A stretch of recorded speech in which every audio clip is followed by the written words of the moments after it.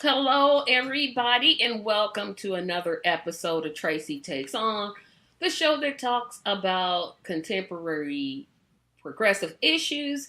And before I get started, hold on a second. Oh, sorry. Whew. Bless you. Thank you. Um, Please remember to like this video, share this video. Remember that we are sponsoring a scavenger hunt on September the 3rd at 6 o'clock p.m. The cost is just $15, and that's going to help me to get another laptop so that I can do what I can. And you can visit my website at tracymediallc.com. I am joined today by Sarah Dillon. I'm going to let her introduce herself and we're going to get started. Good evening, or good morning, or whenever this is going to be broadcast. My name is Sarah Dillon. I live in Terre Haute, Indiana.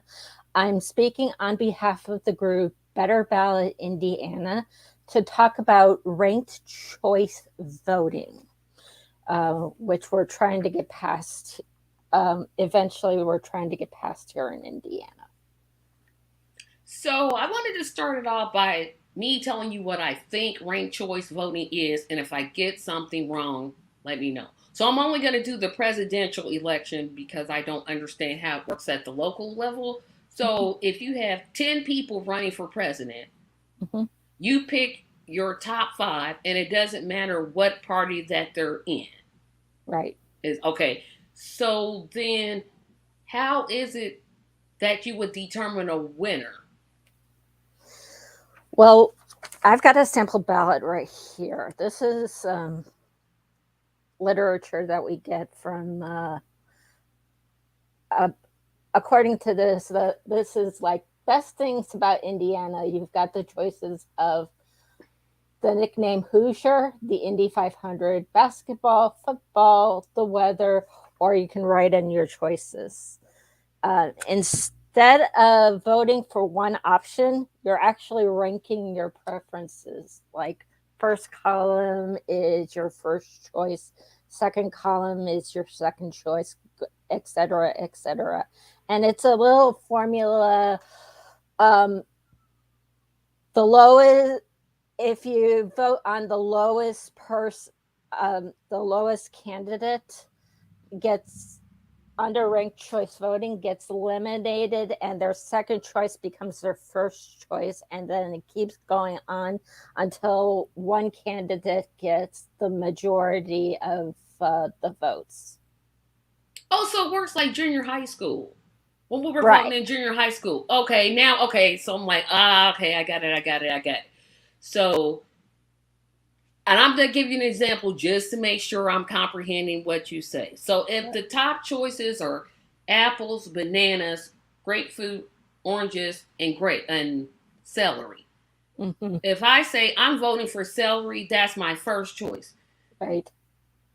But for some reason, celery doesn't get enough votes, then whatever I pick second becomes my first choice. Right. And then it goes on until one of your candidates gets gets 50% plus one, the majority of the votes.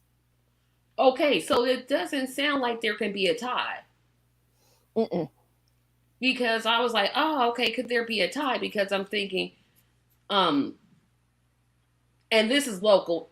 Now, in the local, in terms of Indiana, mm-hmm. So if we were voting for governor, mm-hmm. we would have, I don't know, Pence, Murdoch, Smith, Jones, blah, blah, blah, blah, blah. We would pick who it is we want. And then if the first choice doesn't win, it goes down to the second choice. If the second choice doesn't get enough votes, it goes down to the third, and then to the fourth, and then to the fifth. Pretty much. Whatever if your first choice gets eliminated. Yeah, because what I'm wondering is, what are the chances of the first choice getting eliminated? What do you mean? Well, okay, so let's just say again we're using the presidential election. Well, there's mm-hmm. only 2 major parties, the Democrats and the Republicans. Right. So let's just use the 2 candidates in this last election, Joe Biden and Donald Trump. Mm-hmm. If they're if they get enough votes, but they don't get the 50 plus one, then how do you know which one is eliminated? Like if they both get like 47%, like one gets 47% and another one gets 46%. Because I thought I heard you say 50 plus one. That's the only part I'm not quite understanding. Okay. If you like have about you have 4 or 5 candidates, right? Or Mm-hmm. The first round, you vote on all of these candidates. All of them get tabulated together. Oh, okay. That's what I wasn't getting. So all of them get tabulated together, and if the first round doesn't get somebody that gets 50% plus one, they go to the second round. That's when they whoever is last, they get eliminated, and all their if they voted, if they and their second choice, and the person, if the last place finisher, all the people that voted for that last place, if they selected a second place, if they had a second choice, that second choice gets all their votes. Oh, so the first place doesn't get it. It's the second place person that would get it. Yeah. Okay. And then they tabulated it all together. Okay, that's what I wasn't getting, because I'm like, well, what if one is oh, here's a question. And I was just about to ask this. This is from Theus. What is the biggest opposition to ranked choice voting? What reasons do they give? That's a good question. Because I've gone to my fair share of these kind of events. One of the things is that I hear, especially from politicians, they're like, this is confused. This will be confusing, but I mean, once you figure out how to do your ranking, it's relatively easy. For example, they did this in New York last year in New York City. Mm-hmm. Yes. For the mayoral race in New York City. After that, about roughly 80% of people said, "Oh, we like this system. Instead of voting for one, we are ranking your preferences." It makes it a lot more easier as soon as you get used to it. What kind of okay, so you said the politicians are saying that it's too difficult. But if it's that easy and that simple, I think I know the answer to this question, but I'm going to ask it anyway. Why would they say it's too complicated when what you just explained is pretty much what I did when I was in junior high school? I'm sorry. I'm sorry. Repeat that again. I'm sorry. Why would a politician say that it's difficult? Like the voters won't understand when we just said that 80% of people in New York City that use this same ranked choice voting found it to be very easy. Because they don't want to change it. Because one of the benefits about ranked choice voting is because it allows for a lot of diverse opinions to be out in the forefront, to be discussed, that are not being discussed by your typical politicians. So most of the politicians that I've witnessed, they don't want to change it. And one of the biggest oppositions also is because, especially with the Democrats and the Republicans, they want to keep it the same so that they can criticize all the third parties, the independents that may be running, that they want to keep using the spoiler argument that we always get. Yeah, we do get that argument. Here is another question I was going to ask. How do you protect transparency and simplify message? People naturally resist change. Sorry. Oh, did you want me to put the question back up? Yeah, please. Okay.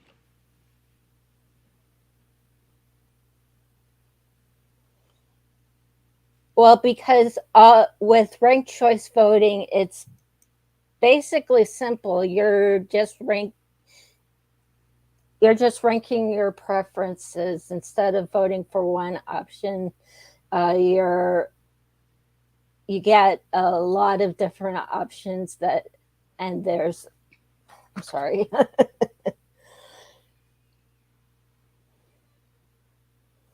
I know a lot of people are resistant to. I know a lot of people are resistant to change. There's a lot of, and I mean, I'm sorry. Oh, no, that's okay. So let me ask you this question. So, Okay. are you talking about specifically towards Indiana, since that's where you're based? Are you Mhm. talking about having this in all elections, like city councilor, prosecutor, mayor, or are we just talking about governor and statewide offices only? What? Well, our group, Better Ballot Indiana, what we're gradually trying to enact ranked choice voting, first at the local level, then at the state level, and then like federal offices, so that people can get used to. So that people can get gradually used to how to use ranked choice voting over time. And because Indiana is also a legislative state, we have to go through the general, unlike a lot of places around the country, which are referendum states that you hear about, that they pass referendums to get ranked choice voting. In Indiana, it's what is called a legislative state, which means we have to go through the Indiana General Assembly. Right, because you're going through. Oh, we got another comment here. Yes, it protects much smaller voices. Yeah, and I'm reading the comments right now. And I mean, I'm a member of the Green. I will admit I'm a member of the Green Party, and I've ran twice before. And whenever I went out and campaigned, the last time I ran was in 2019. I remember one instance where somebody said, "I'm voting for one of your opponents, but if we had ranked choice voting here in Indiana, you would have been my second choice." So that's a big thing.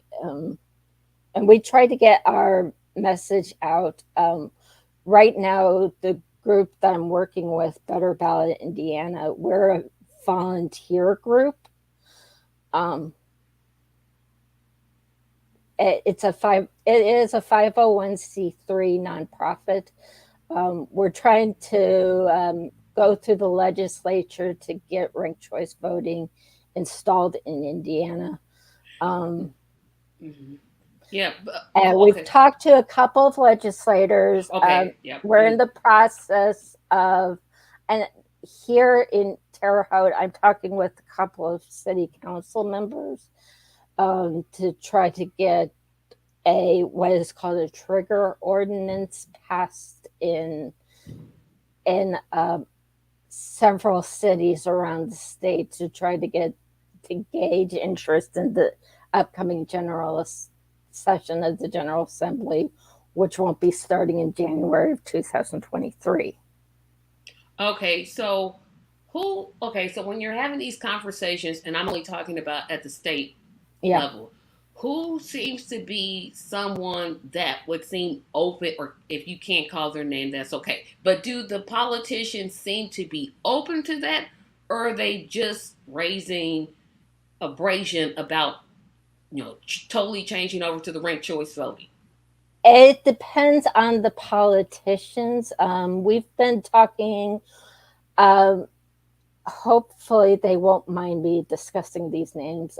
We've talked to Democrat, both Democrat Sue Arrington from Muncie and Donna Shabley from I think Zionsville. I can't remember where she's from. She's a Republican. We're talking to both parties to try to gauge interest, and it also depends on the politicians that you talk to. I've t- um, and I've talked to several other organizations. One of the things I like to attend is these things called Cracker Barrel sessions or third house sessions, um, where you talk to your local delegation for the General Assembly along with a bunch of like minded individuals trying to talk about what's going on during the General Assembly. So I've talked to a broad group of people, at least around here. We have one senator, John Ford, not to be confused with J.D. Ford, and I've talked to like Tanya Pfaff from Terre Haute. Who else? Senate House Majority Whip Bob Heaton and State Representative Bruce Borders. We won't get into his situation. Oh yeah, yeah. We won't do that. We have a nice little dialogue with him. Yeah, and that's what I always wonder, because when you're talking about totally changing the system, because ranked choice voting would be when most people go to vote, they only are thinking, hey, I got this choice or I got this choice, and pretty much they're either going to vote straight Republican or straight Democrat. Right. And now we're saying, hey, rank who it is that you want, whether it's 3, 2, 1. Well, not one. Well, no, sometimes one person runs for an office. Well, right. You got 2, and 3, 5. Yeah. And one of the benefits is, and I looked at, for example, and one of the benefits about ranked choice voting, you're also not only allowing for a lot of diverse opinions, but it over time, you're getting a lot more voter turnout. For example, the city of Minneapolis, Minnesota, they enacted ranked choice voting in 2009. That year, the municipal election had 19% voter turnout, but their last municipal election, which was 2021, they had 58% voter turnout, and they have ranked choice voting. That was on the municipal level. Yeah, because it sounds like what's happening is like the governors are like, no, we don't want to do it, but it's happening in cities. And I wonder, is that where the growth is going to happen? Say, for example, you get, okay, I hate to say this city because I live in this city, but I'll say this city anyway. Indianapolis, largest city in the state. Right. Mostly Democrat. It would seem easier to me if, you got a city our size to do it, saying, hey, it works in this city, and then you go Fort Wayne, and, you hit all your large cities first, and then say, hey, state legislators, we already got it in these 10 large cities. Has that ever been tried? Well, the problem is in Indiana,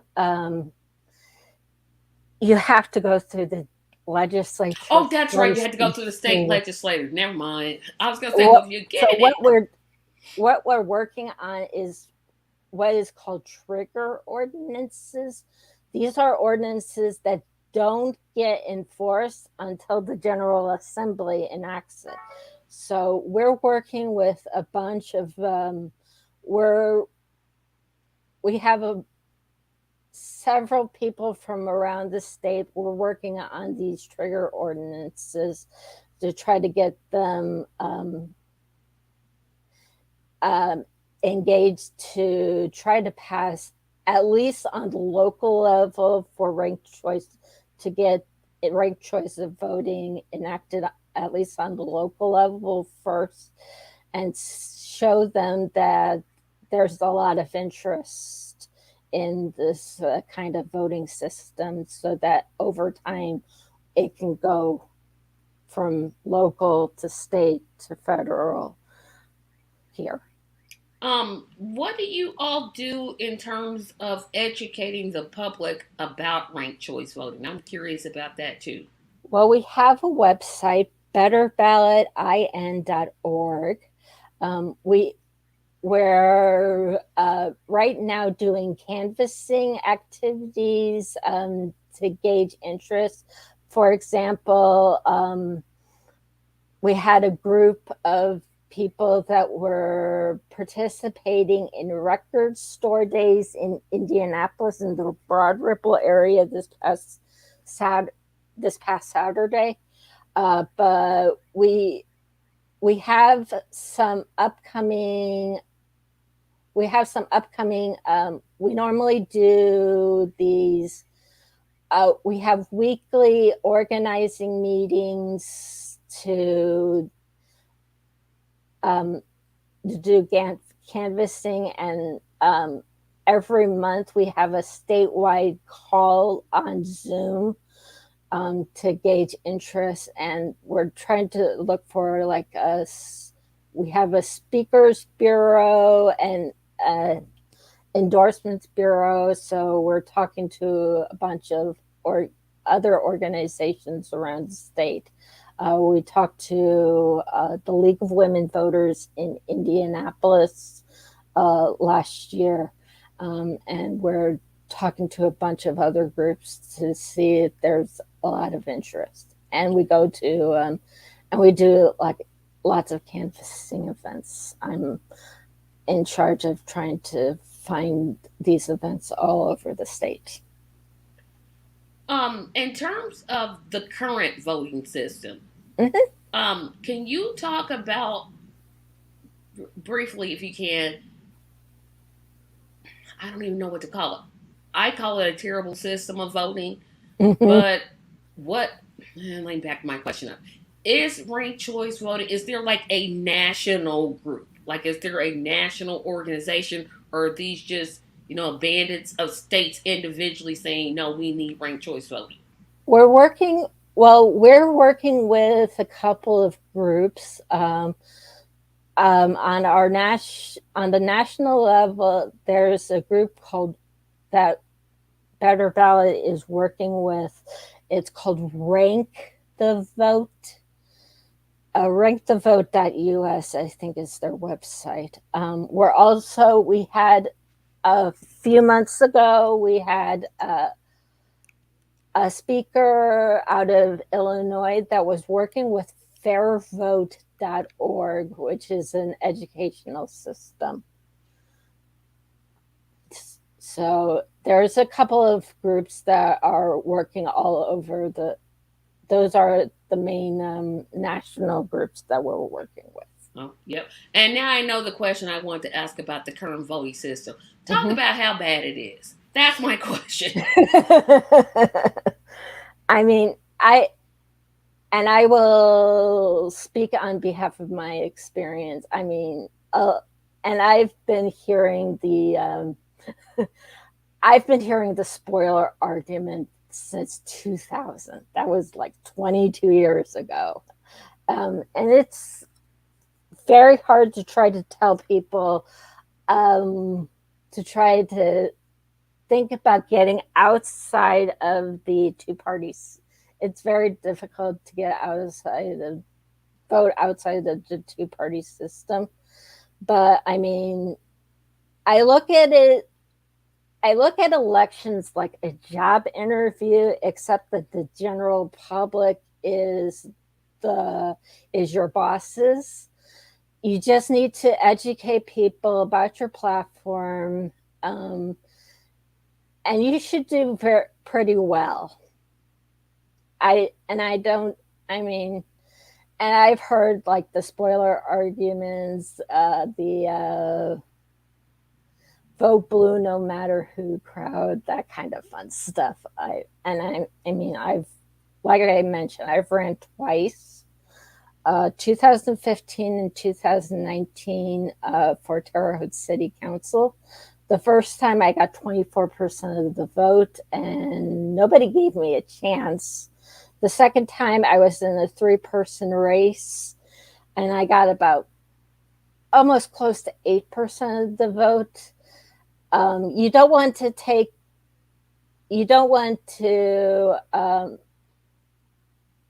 the way I'm trying to remember what I like to say. The way I see it with elections, it's better to aim low and surprise yourself rather than aim high and set yourself up for failure. I've seen that a whole lot. Yep. And now here's an interesting question I just thought of. So let's just say we get ranked choice voting. We have it. And I'm going to use the office of president again because this show it goes everywhere. Right. You get 5 candidates that you can vote for, but you don't like any of the 5 candidates. Right. Can you write in a candidate? Or yeah. Okay, so ranked choice voting does allow for write-ins. Yeah. Okay, because I was like, well, what if you don't like any of them? So I'm going to ask another stupid question. Here it comes. Can nobody win the race? If people seriously sat down, because I've heard of towns where this has happened, not with ranked choice voting, but literally people will write in nobody, and nobody gets the most votes. And then they had to go to whoever came in second. I don't know. That's a good question. It probably depends on where you're voting from. I'm not sure if they allow that in Indiana or where they allow that. Sorry about that. Yeah, because I'm thinking, well, if we're allowed to just vote for nobody, well, what if nobody wins? Then you definitely would have to go for the second person or have some type of, because we don't have runoff. It's whoever gets the most votes, they win, and that's it. Well, there's exceptions to that rule. I think Georgia has Louisiana. Oh, no, at that time I was talking about Indiana. Yeah, we don't have I don't think they allow for none of the above here right now, at least right now. Because if you don't like anybody in our state, you just leave it blank and then go to the next one. Yeah. You're just like, okay. I mean, with ranked choice voting, you don't have to rank everyone if you don't want those candidates. Right, because if I'm looking at a ballot, and I'm pretty sure I'm not going to vote. It's like, okay, I'm not going to vote for the Democrats. I'm not going to vote for the Republicans. Okay, I'm going to automatically rank them 4th and 5th. Right. That's just the way my mind is going. But then I write in somebody. You don't have to vote for them if you don't want to. I got it, because I'm like, well, what if I don't even like them? Right. Now I understand. See, now it's getting to me. It's making sense. Right. Okay, last question is, where can people link up to your organization? How can they find you? Okay, hold on just a second.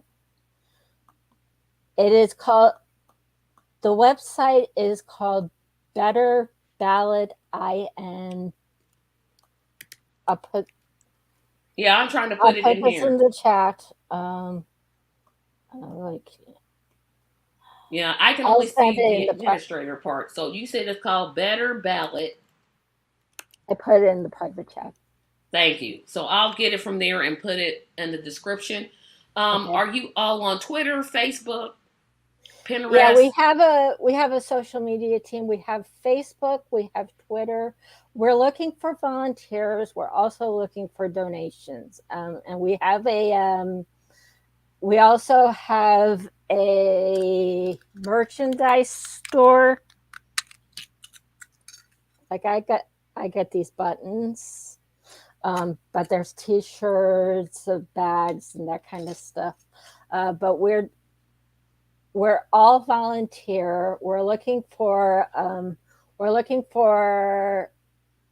a lot of volunteers to mobilize do to get out to get out our group. And we're looking for donations because a lot of the tech stuff is really, really expensive. Can be Yeah, I really, was gonna really say expensive. donations. It sounds like what you really all need. So I definitely I'll encourage you. Once I put that link up to consider a donation, even if you live outside the state of Indiana, I'm pretty sure they could use the funds. Right. I want to thank you, Sarah, for coming here. I know it was No a problem. long time getting you to get here, but I'm glad that you were able to join us. Remember next week to join us, everybody. Remember the scavenger hunt is coming up September the 2nd. Follow me, subscribe to this page, like this video, please, please, please, and share it with everyone so we can get ranked choice voting. We really need it because the current system is terrible. I want to thank everyone for watching and have a great evening.